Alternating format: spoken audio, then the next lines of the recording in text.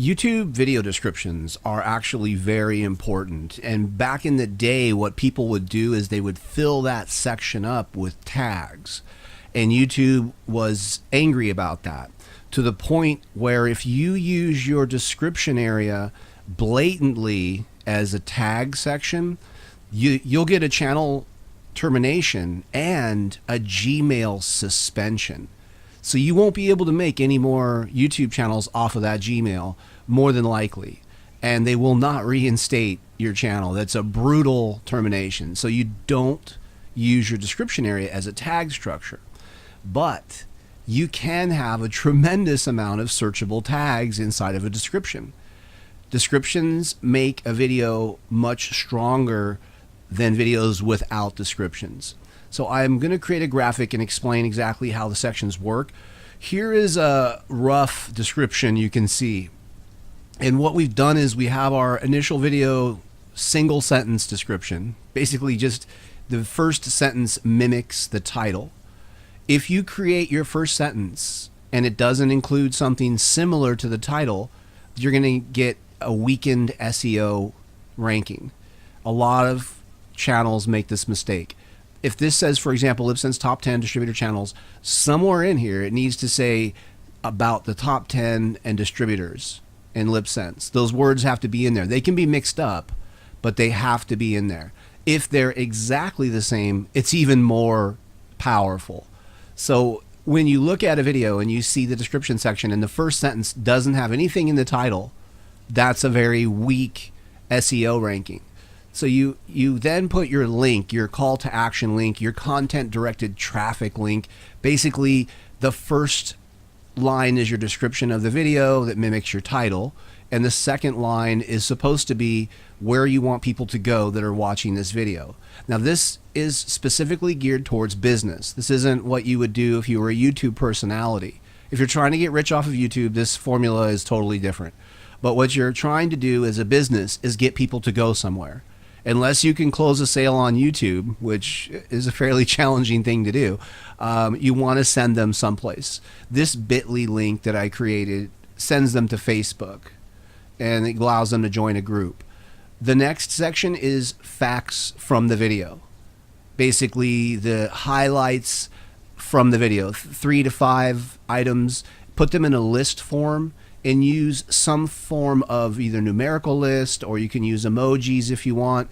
The next section is if you have more links, secondary links about the products you're reviewing or whatnot, links that about the video that are from products in the video would go after that list of information. You're trying to make a small section here to break up your links. The most important link is always where you want them to go. That's the most important. And then secondary are the links that are about the products in the video. Now, if you're an affiliate marketer and you make a commission off of links, that might be a different situation for you. You may want to put your links right up there.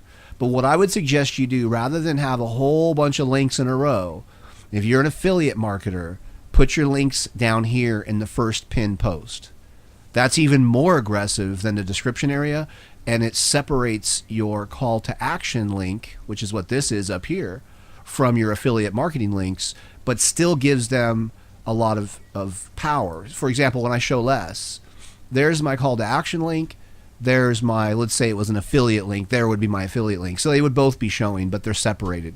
So there's, you want to not have a confusing amount of links all bunched together. So after your secondary link section, your affiliate links or whatnot, you're going to have your section of like the history, different highlights and facts about what you're talking about in your video. So if you're talking about Libsyn, you would do an about section about Libsyn. What, how do you layer it? What the history of the product is, or what the ingredients are. Whatever you feel is appropriate. If you don't want to put something in there, don't put it in. Simple as that. You're in control of that. But this is the description that's going to be, for the most part, in every single video about your Libsyn product. If you have a Shadow Sense section, then you're going to put your Shadow Sense section and everything. I would recommend opening up a Word document or a Google Doc. If you have Google, just open up Google Docs, open up a new doc, and then just start building up your generic descriptions, because you're going to want to copy and paste these in.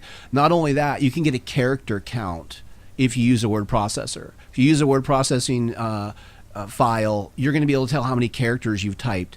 The maximum character count is 5,000. You need to push as many characters as possible.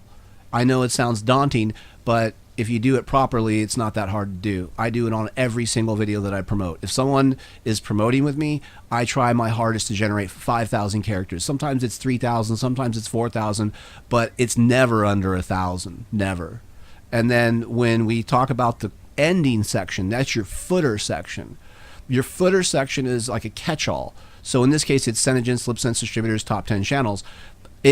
They look like tags, and they are tags, but they're set up in a format, like a structure of equal signs and colons, so that YouTube doesn't get angry. I don't want to put Senegence, comma, LipSense, comma, Distributors, comma. I don't want to make it look like tags, because they're going to get angry with me. And YouTube will figure that out. Believe it or not, they find everything out. So you don't want to do that. But this is acceptable. This is a footer structure that I've used all the time.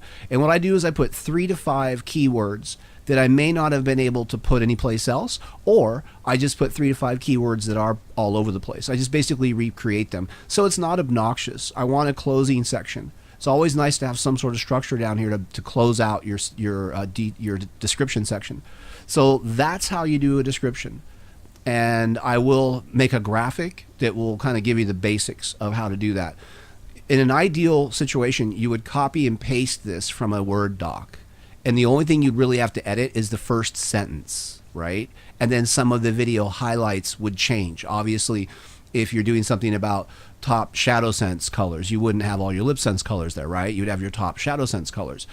You could even use favorites. That way you don't have to get into facts. If you don't want to list facts, or you don't know the facts, then list opinions and favorites. List your 2 cents. It's your video. But you need to make sure your description section is filled out. That is part of the SEO ranking. 863 words in this description section. 863 words. So if you're not up to that task, I understand. Trust me, it's not fun. But once you get it generated, it's actually not too bad. You can use, titles and text and wording from websites. Just, if you have to credit them, make sure you source them. All right? So hopefully it's been informative, and I'll talk to you in the next video.